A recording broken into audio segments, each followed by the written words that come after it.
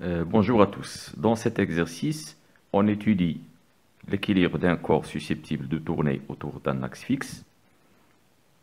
Le corps a comme centre de gravité G.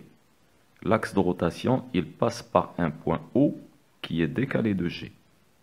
Donc l'axe delta. Et pour garder le corps en équilibre, on exerce une force F au point A. Et parmi les données de l'exercice, on a la masse du corps, M 300 grammes. On commence par la première question, faire le bilan des forces exercées sur le solide S. La première question donc, bilan des forces.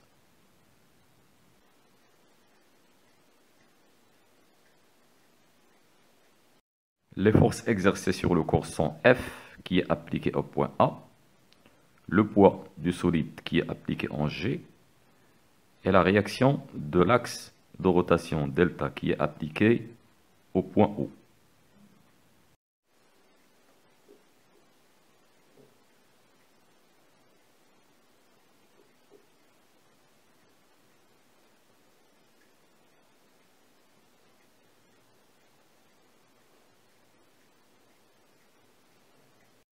La deuxième question, copier le schéma et représenter les vecteurs force extérieure exercés sur le solide S, sans prendre d'échelle.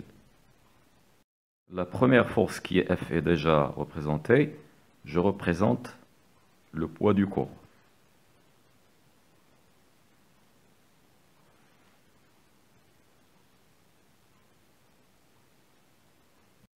Et pour représenter la réaction R, on doit appliquer l'une des conditions d'équilibre qui est les trois lignes d'action des trois forces doivent être concurrentes. Ils doivent se couper en un seul point. C'est pour cela que je vais représenter les prolongements des deux forces F et P. Je représente la ligne d'action de P. Je la prolonge avec des pointillés.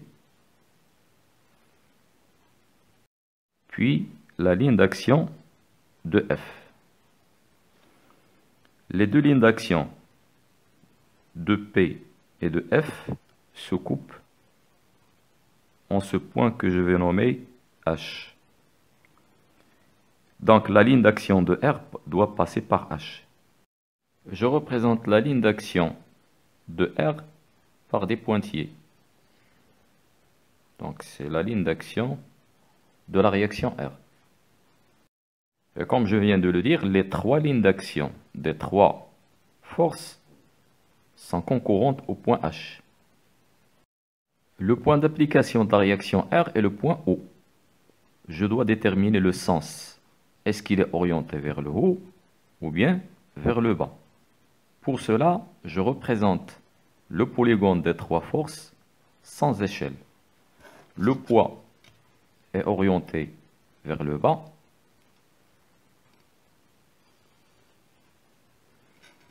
La force F orientée à gauche.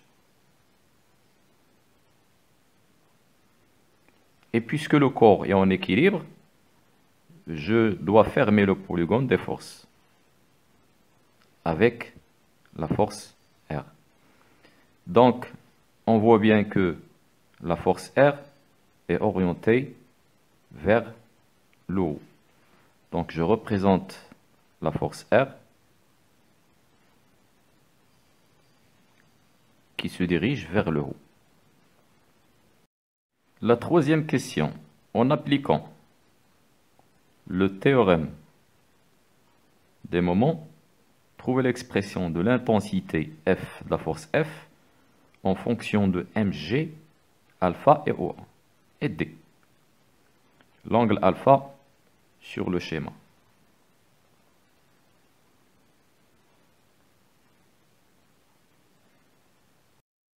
Dans la troisième, donc, on applique le théorème des moments.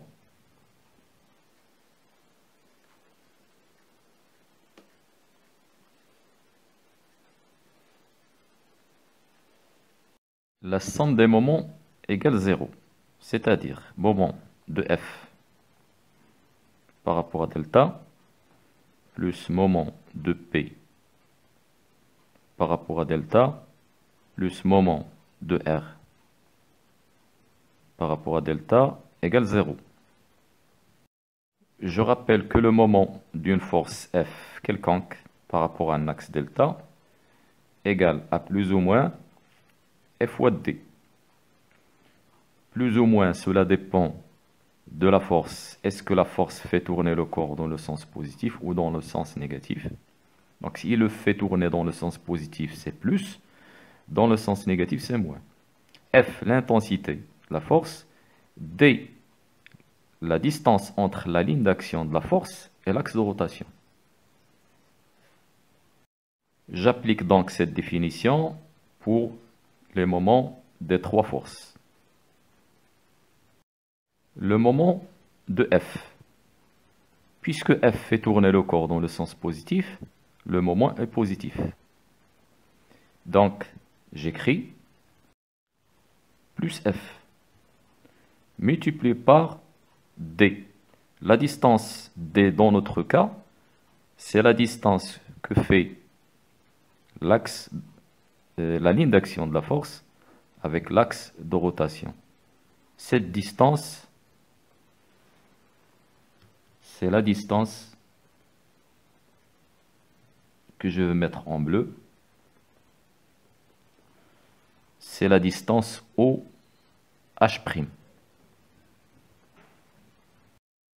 La distance donc entre la ligne d'action de la force F et l'axe de rotation, c'est OH', que je vais mettre dans l'expression OH'.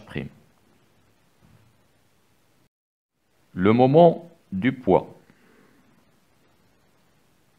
Le poids fait tourner le corps dans le sens négatif. Je vais mettre moins. L'intensité de poids, c'est P, multiplié par la distance que fait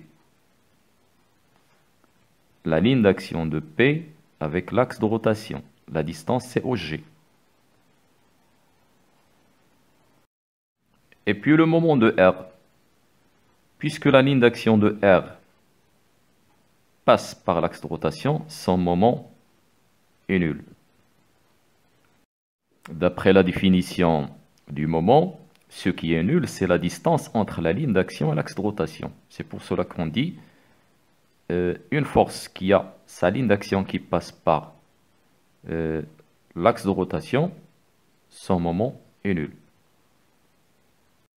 La somme des moments égale 0. Pour trouver l'expression de OH', j'utilise le triangle OH'A. C'est un triangle rectangle. L'angle droit en H'. On a l'angle alpha. Cela veut dire que cet angle, c'est 90 moins alpha. Donc cet angle est alpha. Pour trouver l'expression de OH', je dois utiliser sinus alpha. Donc sinus alpha égale au côté opposé qui est OH' divisé par l'hypoténuse qui est OA. OH' divisé par OA. Donc OH' égale OA sinus alpha. Dans l'expression, on a F multiplié par, je remplace OH' par OA sinus alpha, moins P fois OG. P, la distance OG, d'après les données, c'est petit d, égale 0. Je développe l'expression F fois OA sinus alpha, moins je remplace P par 1 fois G, fois D égale à 0. Donc F OA sinus alpha égale à mg d. Donc f égale mgd divisé par OA sinus alpha. Et on a trouvé l'expression de f en fonction de mgd, OA et alpha. La quatrième question, calculer la valeur de f, sachant que d égale à 2 tiers OA, la distance d, 2 tiers OA, l'angle alpha 30 degrés, G égale 10 newtons par kilogramme. Donc, quatrièmement, calcul de F.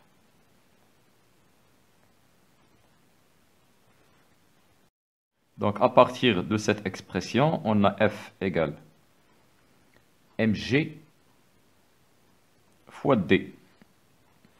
Je remplace d par 2 tiers OA. Donc, fois 2 tiers OA. Et je divise par OA sinus alpha. On simplifie OA et j'écris 2 mg divisé par 3 sinus alpha. L'application numérique. F égale 2 fois la masse 0,3, donc 300 grammes, je la convertis en kilogrammes, multiplié par G qui est égal à 10, et je divise par 3 sinus 30 degrés. Et on obtient la valeur 4 newtons.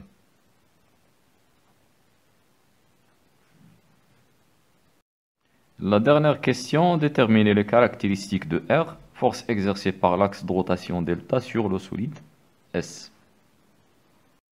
La cinquième question, caractéristiques de R.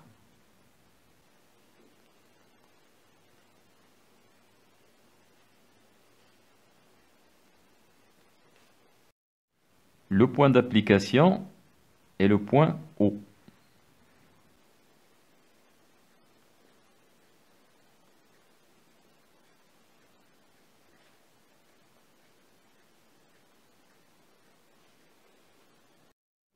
Direction.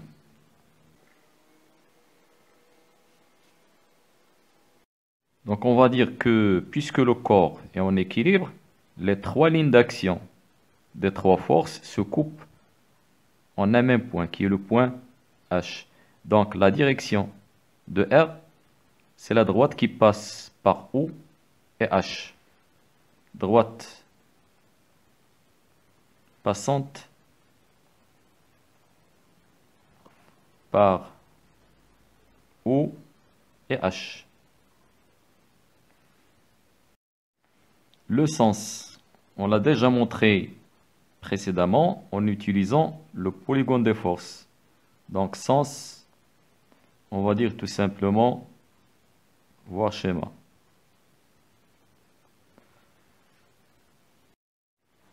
L'intensité.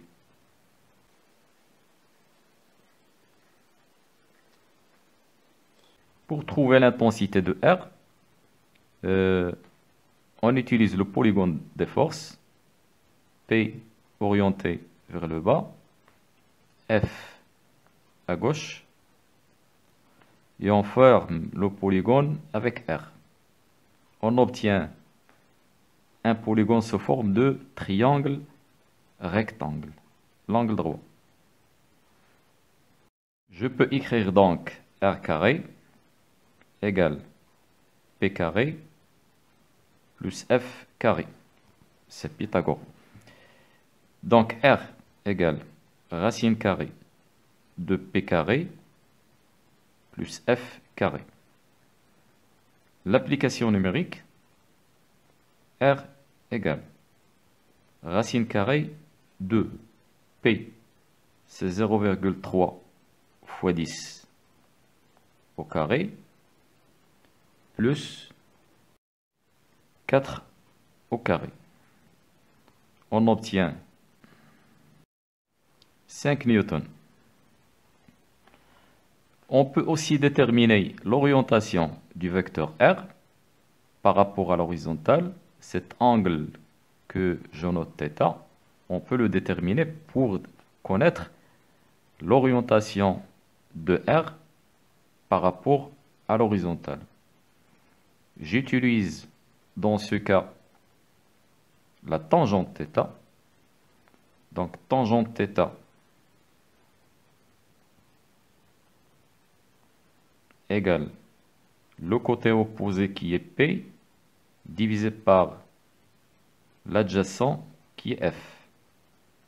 Donc tangente θ égale côté opposé divisé par l'adjacent égale P. La valeur de P c'est 0,3 fois 10, c'est-à-dire 3 divisé par 4. Donc si tangente θ égale 3 quarts, cela veut dire que θ égale tangente moins 1 de 3 quarts. Et en utilisant la calculatrice, on trouve la valeur de θ qui est égale à 36,9 degrés. Donc c'est ça l'orientation du vecteur R par rapport à l'horizontale.